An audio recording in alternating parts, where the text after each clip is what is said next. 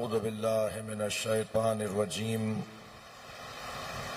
بسم الله الرحمن الرحيم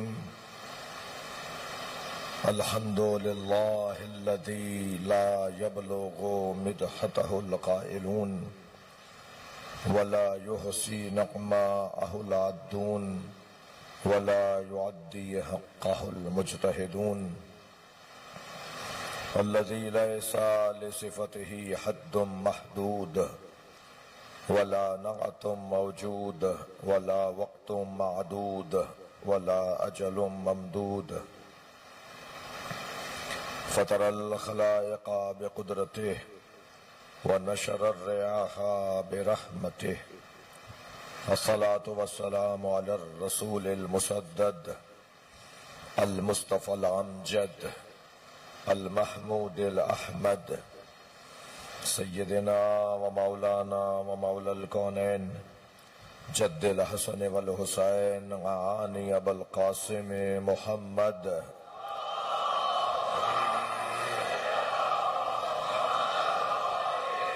وآله الطيبين الطاهرين المعصومين الذين قال الله إنما يريد الله ليذهب عنكم الرجس أهل البيت ويطهركم تطهيرا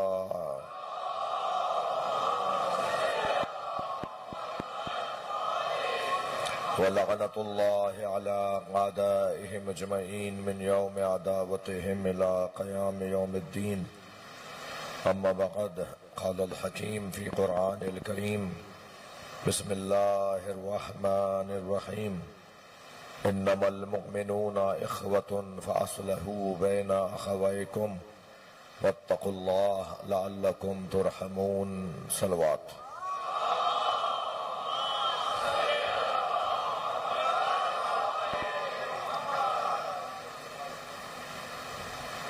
سورہ مبارکہ حجرات آیت نمبر 10 قرآن کا ایک ایسا سورہ جو تعظیم مصطفیٰ سے شروع ہو کر عظمت مسلمین تک پہنچاتا ہے. مسلمانوں کی عظمت، مسلمانوں کی جلالت اس وقت تک ممکن نہیں ہے جب تک کہ مصطفیٰ سرکار کی تعظیم نہ ہو.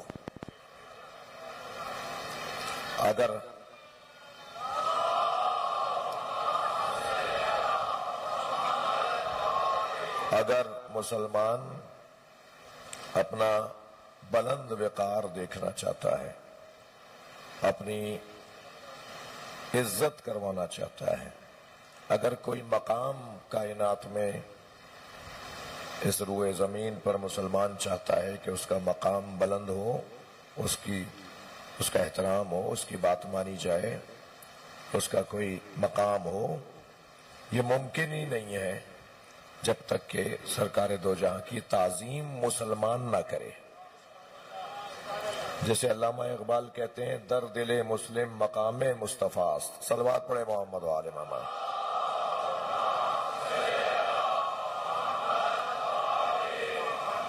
اچھا، اسی مرحلے پہ میں جو باہر بھی دوست بیٹھے ہیں، جو اندر بھی ہیں، جتنا کوئی جگہ بنا سکتا ہے ایک صلوات پڑھتے ہوئے تھوڑا سا آگے آئیں.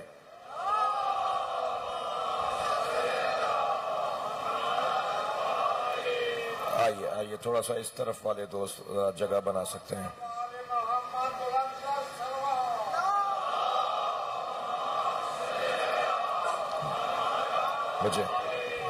مجھے اندازہ ہے جگہ تنگ ہے اندر سے تو مکمل، لیکن اندر بھی تھوڑا سا آپ ایک جگہ سے اپنی جگہ سے ہلیں گے نا تو ایک دوست کی جگہ بن جائے گی.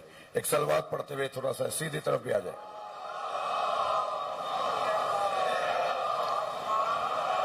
یہ سیدھی طرف آ جائیے، اندر آ جائیے، اس طرف آ جائیے تھوڑا سا.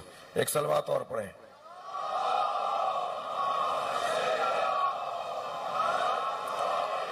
ایک اور بلند صلوات.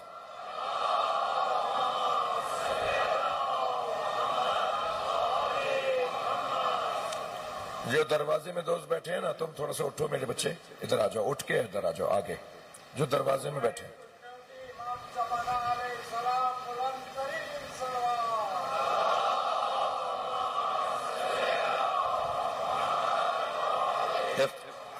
افتخار بھائی آگے آئیے، ادھر آئیے، آپ آئیے، اپنے اپنے ساتھ 2-3 دوستوں کو بھی لائیے، ایک اور بلند صلوات۔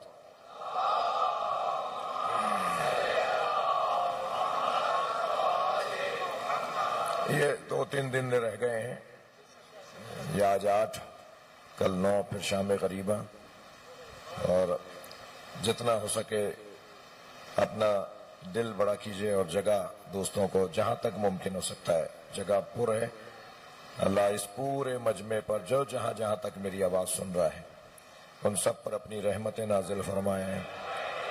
آپ سب کی، سب سنی شیعہ بھائیوں کی، سب بھائیوں کی جو اس وقت آواز سن رہے ہیں، سب کی دعاؤں کی قبولیت کے لیے بلند صلوات۔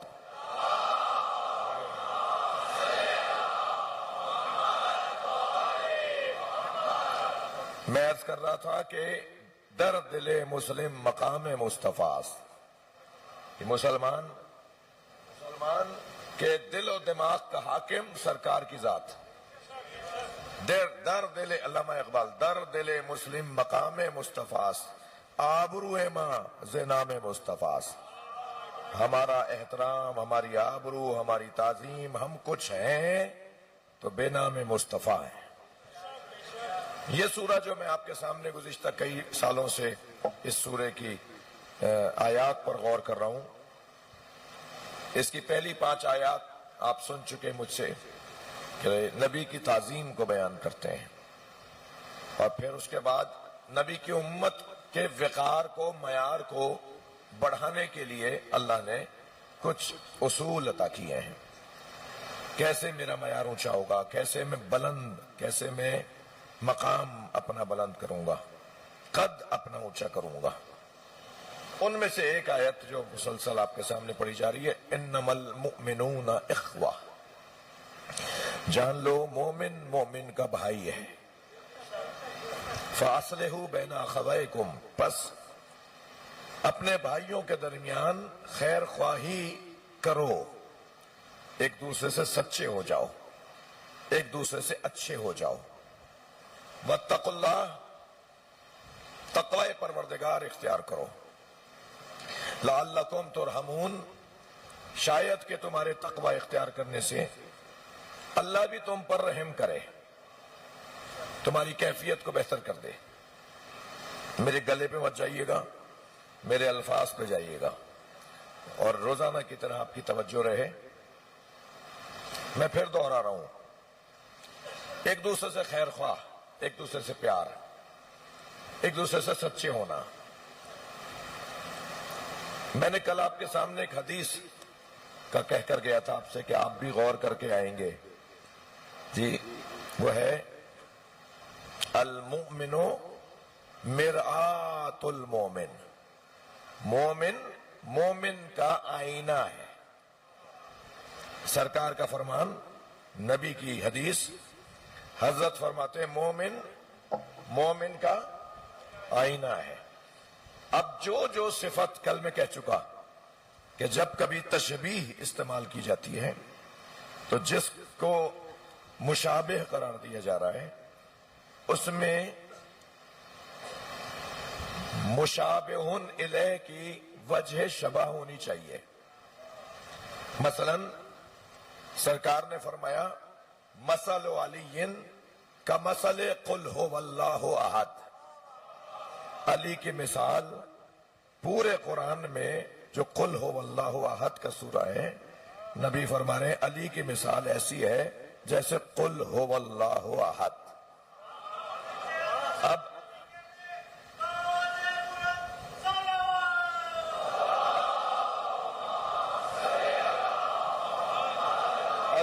علی کی مثال سرکار فرما رہے ہیں، علی کی مثال، مولا علی کی مثال، مثل علی کا مثل قل هو اللہ احد، جیسے قرآن میں قل هو اللہ احد ہے ایسے میری امت میں علی ہے۔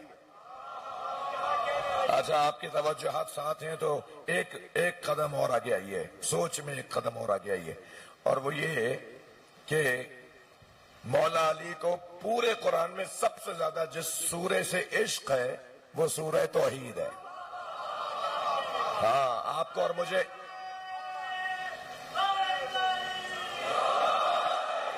اور آپ کو اختیار ہے نا کہ سورہ الحمد کے بعد، الحمد میں تو اختیار نہیں ہے کہ ہم الحمد پڑھیں یا نہیں پڑھیں. سنی شیعہ میرے دوست بھی تشریف فرمائے، ہمارے علاقے کے ڈی سی صاحب بھی تشریف فرمائے، یہاں کے تاجر برادری کے شخصیات میرے بھائی تشریف فرمائے. آپ سب کی سلام، مولانا اہل سنت عالم دین تشریف فرمائے. آپ سب کی سلامتی کے لیے صلوات.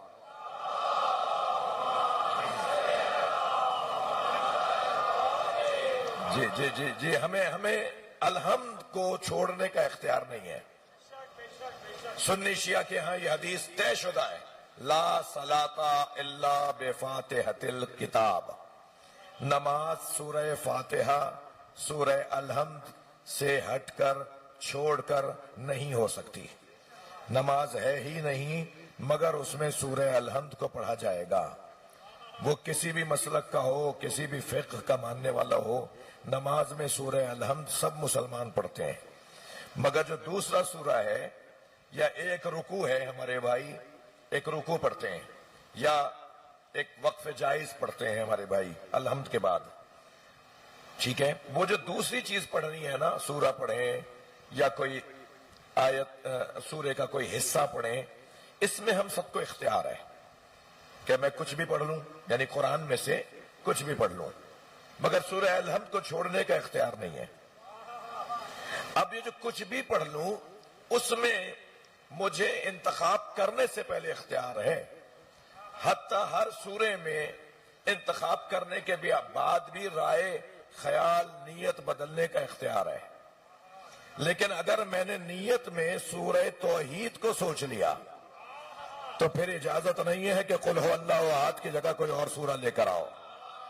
یعنی جو اللہ تک پہنچ گیا وہ کہاں جانا چاہتا ہے؟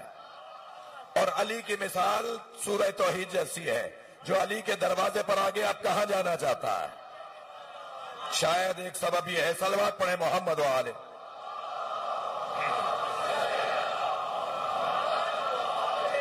اور ایک اور سبب بتا دوں،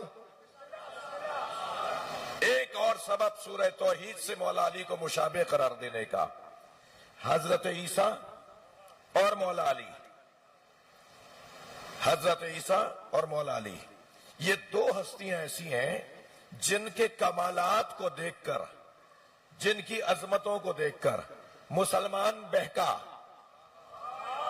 حضرت عیسیٰ کے زمانے کے لوگ بہکے اور آج بھی بہکے ہوئے ہیں اور ابن اللہ بول دیتے ہیں، اللہ کا بیٹا کہہ دیتے ہیں حضرت عیسیٰ کو. مولا علی کو دیکھ کر کچھ لوگ کہتے ہیں علی کون ہے، علی کیا ہے. حتیٰ کچھ لوگوں نے تو مردوں کو زندہ کرتے ہوئے دیکھا تو کہا جو زندگی دے وہ کون ہوتا ہے؟ جی میرے مولا ایک سفر پہ جا رہے ہیں، تنہا سفر کرنے سے علی نے روکا ہے، سرکار نے روکا ہے. خبردار، سفر میں کسی کو اپنے ہمراہ رکھو، کسی کے ساتھ سفر کرو. مولا سفر پہ جا رہے ہیں اور حکم مولا کا یہ ہے کہ کسی کو اپنے ساتھ رکھو، یعنی ہمراہ ہونا چاہیے. مسافر ساتھ چلیں، قافلوں کی صورت میں چلیں. مولا اکیلے جا رہے تھے، ڈھونڈ رہے تھے کہ کوئی میرا ہم سفر ہو جائے. تو دور میرے مولا نے ایک سوار کو جاتے دیکھا، توجہ ہے، ایک گھوڑ سوار کو جاتے دیکھا. آپ نے اپنا گھوڑا اس کے قریب کیا، اس کو آواز دے کر پوچھا بھائی کہاں کا ارادہ ہے؟ اس نے منزل بتائی تو وہ تقریباً مولا کی منزل کے قریب تھی. حضرت نے فرمایا تم بھی تنہا ہو، میں بھی اکیلا ہوں، اکیلے سفر نہیں کرتے، ہم اپنی سواریوں کو ساتھ رکھیں گے. جب سفر آگے بڑھا تو پوچھا کون ہو؟ اس نے اپنا تعارف کروایا تو وہ ایک یہودی مرتاز تھا، روحانی پیشوا. توجہ ہے، یہودیوں کا روحانی پیشوا تھا. اب مولا کے ساتھ دونوں سفر، مولا اس کے ساتھ، وہ مولا کے ساتھ سفر کر رہے ہیں کہ دونوں کی سواریاں ایک ایسی آبادی میں آ گئیں جہاں بند ٹوٹنے کی وجہ سے رستہ زیر آب تھا اور پانی ایک دریا کی طرح، ایک بڑی نہر کی طرح پانی بہ رہا تھا. جانا اس پار ہے، یہ اس پار ہے. اب وہاں کیسے جائیں, گھوڑے کو کیسے پانی میں اتاریں؟ تو اس یہودی کعب الاحبار نے, انہیں کہتے ہیں کعب الاحبار, روحانی پیشوا, اس یہودی کعب الاحبار نے اپنے سامان میں سے ایک چادر نکالی اور اسے پانی پر پھیلا دیا, اور کچھ پڑھتا جا رہا تھا, وہ چادر پتھر کی بنتی جا رہی تھی. یہ اپنے گھوڑے کو لے کے اس پار گیا, اس چادر کا کونا کھینچا تو وہ پتھر چادر بند چلی گئی. چادر کو لپیٹ کے سامان میں رکھا, مولا کو دیکھ کر کہنے لگا میرے پاس تو اس میں اعظم ہے, میں نے وہ پڑھا اور میں دریا پار کر گیا, میں یہ کھائی پار کر گیا, میں یہ پانی پار کر گیا, آپ کیسے آئیں گے؟ مولا نے اپنے دلدل کے گردن پہ ہاتھ پھیرا, فرمایا تم پانی پہ چل کے جاؤ گے. ہاں, اپنے گھوڑے سے میرے مولا نے فرمایا تم پانی پہ چل کے جاؤ گے. اب گھوڑا جہاں جہاں پیر رکھ رہا تھا وہ گویا پتھر بنتی جا رہی تھی جگہ. اس طرف آ گیا تو اسے تو اور تعجب ہوا کہ مجھے تو کپڑا بھی ڈالنا پڑا, کچھ پڑھنا بھی پڑا, یہ تو ایسے ہی اپنے گھوڑے کو لے کر آ گئے. تو کہنے لگا میرے پاس تو اس میں اعظم ہے, آپ کے پاس کیا ہے؟ میں نے تو اس میں اعظم پڑھا ہے, تو یہ پانی پتھر میں نے رستہ بنا لیا, آپ کے پاس کیا ہے؟ حضرت نے فرمایا وہ اس میں اعظم کیا ہے؟ کہنے لگا مجھے بتانے کی اجازت نہیں ہے, بس اتنا بتاؤں گا آخری نبی کے وصی کا نام.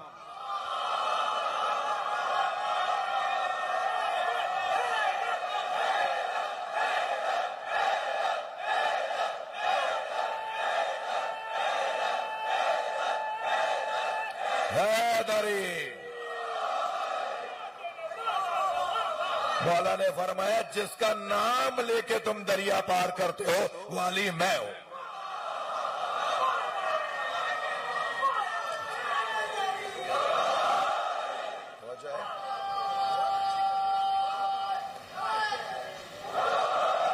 اب سوال یہ ہے کہ ایسے ایسے منظر دیکھنے کے بعد, یہ تو میں نے ابھی ایک منظر بیان کیا ہے, علی کی زندگی میں تو روزانہ یہ منظر بنا, ایسے منظر مولا علی کی زندگی میں روزانہ بنے. ایسی کیفیت دیکھنے کے بعد کچھ بد عقیدہ, کمزور عقیدے کے حامل, جس کا عقیدہ توحید مضبوط نہ ہو, اسے علی سناؤ گے تو کسی بند گلی میں آ جائے گا. یہ جو اللہ کو مانے بغیر, اللہ کو سمجھے بغیر جب یہ کمالات کوئی سنتا ہے نا تو وہ پریشان ہو جاتا ہے. لہذا لازم تھا کہ مولا علی کو اللہ کعبے میں بھیجے. جو اللہ کے گھر میں پیدا ہو رہا ہے, توجہ ہے, حضرت عیسیٰ کو اللہ کا بیٹا کہا جائے گا اور مولا علی کو اللہ سے نسبت دی جائے گی. توجہ ہے, اللہ کا لفظ بولا جائے گا, الہ بولا جائے گا معاذ اللہ. تو اگر علی معاذ اللہ اللہ کی طرح, تو پھر علی کا اپنا گھر کیوں نہیں ہے؟ اللہ کے گھر میں کیوں ہو رہے ہیں؟ اور اگر حضرت عیسیٰ اللہ کے بیٹے ہیں تو پھر گھر سے نکالی کیوں جا رہی ہیں؟ یہ نکالا جا رہا ہے, اے مریم یہ زچہ خانہ نہیں ہے, بیت المقدس یہ زچہ خانہ نہیں ہے, باہر جاؤ, بچے کی ولادت ہونے والی ہے. اور بچہ بھی ایسا جو ابھی کچھ دیر پہلے تک کوئی آثار نہیں ہے.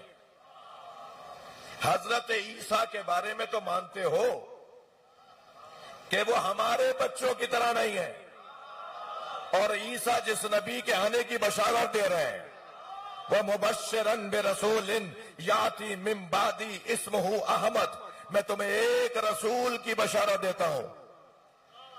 کون کہہ رہا ہے؟ حضرت عیسیٰ کہہ رہے ہیں نا, 2000 سال پہلے کہہ رہے ہیں نا, کم سے کم 1500 سال پہلے کہہ رہے ہیں نا سرکار سے. جی 2026 چل رہے ہیں نا, 1400 سال اس میں کم کر لیجئے. صلوات پڑھیں ذرا محمد وال. بھائی حضرت عیسیٰ کی وجہ سے 2026 ہے نا, یہ 2026واں سال جو ہے یہ حضرت عیسیٰ کی وجہ سے ہے نا. اس میں سے 1400 کم کر لیجئے تو کتنے ہوئے؟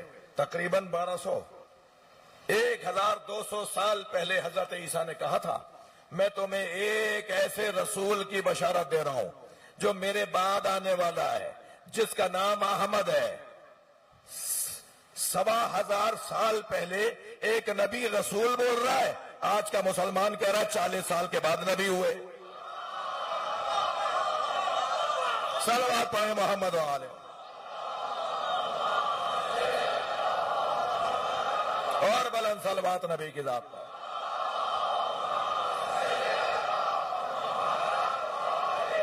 بات روشن ہے۔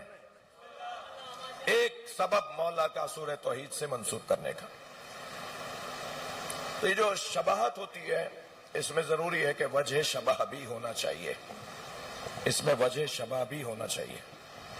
اب جب سرکار فرما رہے ہیں کہ المومن مرآت المومن، مومن مومن کا آئینہ ہے، تو اب آپ ڈھونڈیے آئینے میں کیا ہے؟ جو آئینے میں ہے وہ مومن میں ہے۔ میں 2-4 چیزوں کی طرف آپ کی توجہ چاہوں گا۔ آئینے میں کیا ہے؟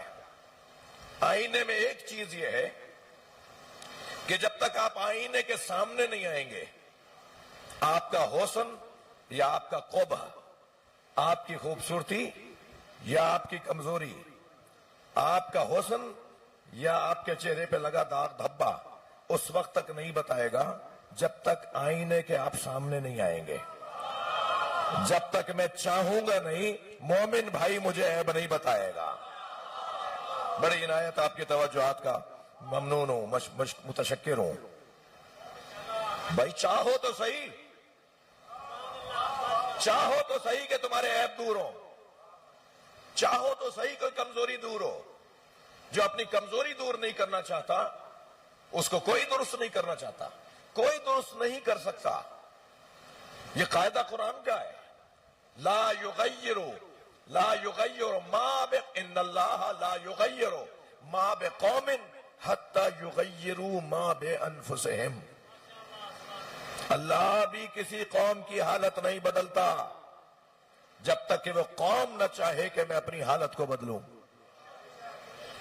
اگر میں چاہتا ہوں بہتر ہو جاؤں، اچھا ہو جاؤں، میرے کمالات میں اضافہ ہو، میری خوبیوں میں اضافہ ہو، تو مجھے مومن سے کہنا پڑے گا میں چاہوں کہ بھائی مجھے کوئی نصیحت کرو۔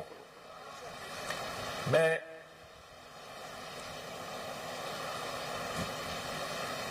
یہ جو کیفیت ہے، یہ کیفیت مل کر صلوات پڑھ لیں۔